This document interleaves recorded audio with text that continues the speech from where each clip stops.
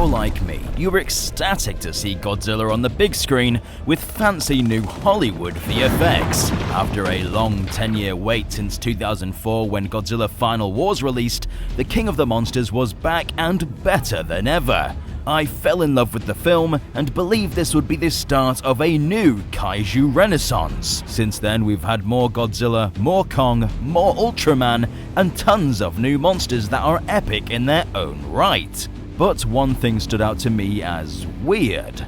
Where was the Gamera film? We've been shown that there's still a huge audience for giant monsters, so why not bring back everyone's favorite giant flying turtle? But recently it was revealed that we are now getting a Netflix series about the Guardian of the Universe battling an array of evil monsters, titled Gamera Rebirth, and it looks epic. But it's not the live-action reboot that many fans were hoping for, especially after the Heisei films left such a massive impression on audiences across the world and are widely considered some of, if not the best kaiju films ever made. But what if I was to tell you there was a Gamera film planned for release and it looked even more gritty and even more brutal than any of the MonsterVerse films, showcasing a new and terrifying Cthulhu-like monster, and it looked epic. So let's go over the epic Gamera film we almost got to see.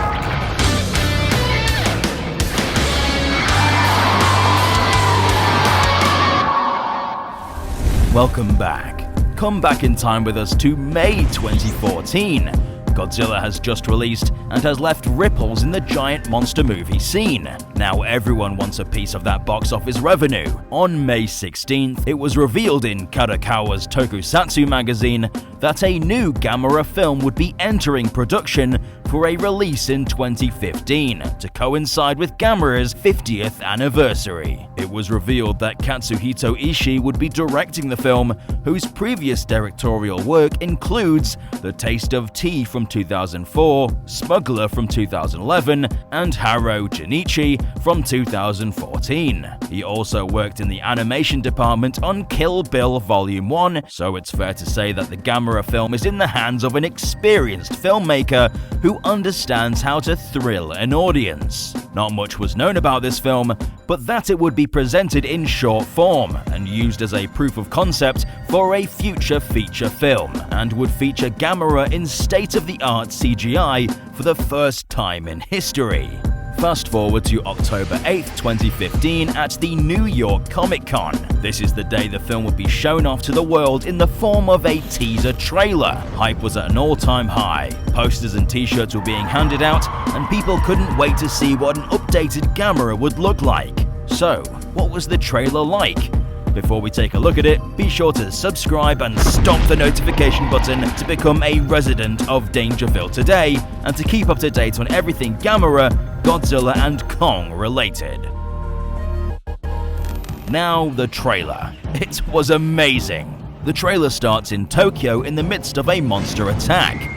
Buildings are crumbling, and we see this young boy running from what appears to be several large bat-like creatures. It's revealed that he and his father are trying to escape the chaos, but one of the creatures catches his eye on the fleeing humans and dives to eat them, and the boy's father pushes him out the way to save his life from the monster's jaws, which proceeds to consume him, beasts which we can now identify as the Gauss.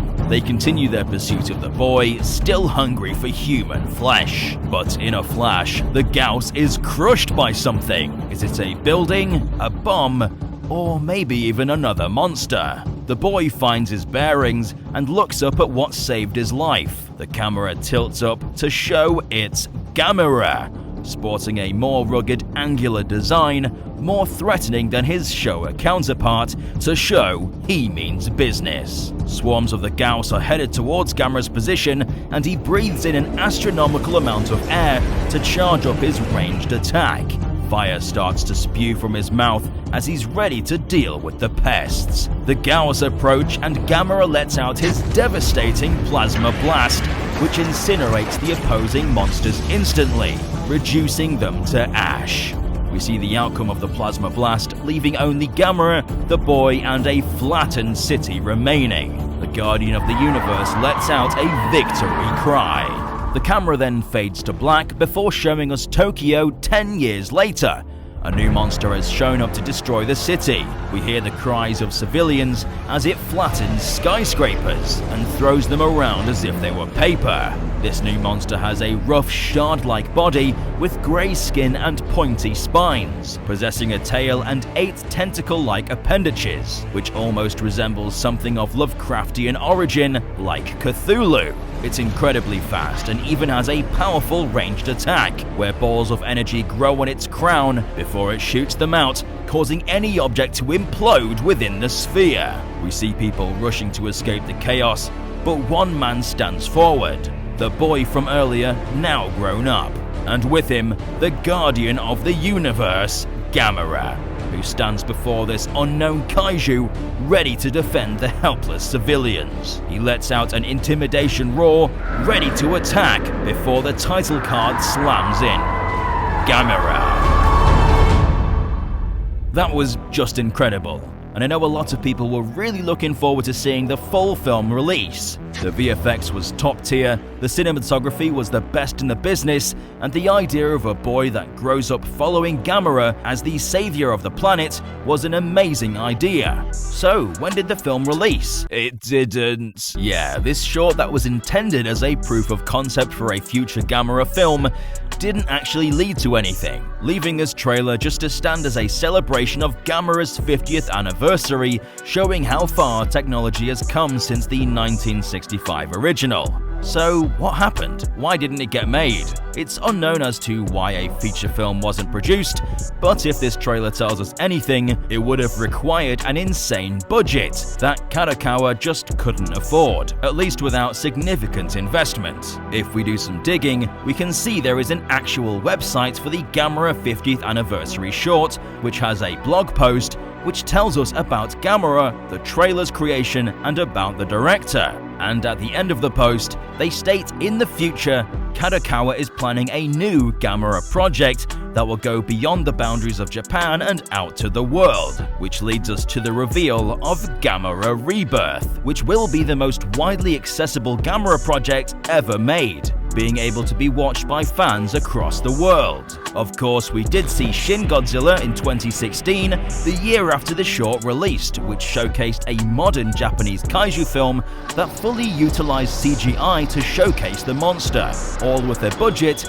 of nearly $15 million, a minuscule budget compared to the MonsterVerse, which has a budget between $150 to $180 million. So hopefully if the anime proves to be successful, we can get a big-budget Gamera film of this apocalyptic scale, because it's been way too long since the last live-action Gamera film. Who knows, maybe eventually we'll get that long-speculated Godzilla vs. Gamera film. I can dream, leave me alone! Do you think there's room for a new Gamera film in the modern kaiju space? And if so, what would you like to see in it? Let us know in the comment section down below. If you like this dive into the history of the unmade Gamera film, then leave a like, because I love you. I've been Alistair, and we'll see you residents in the next one.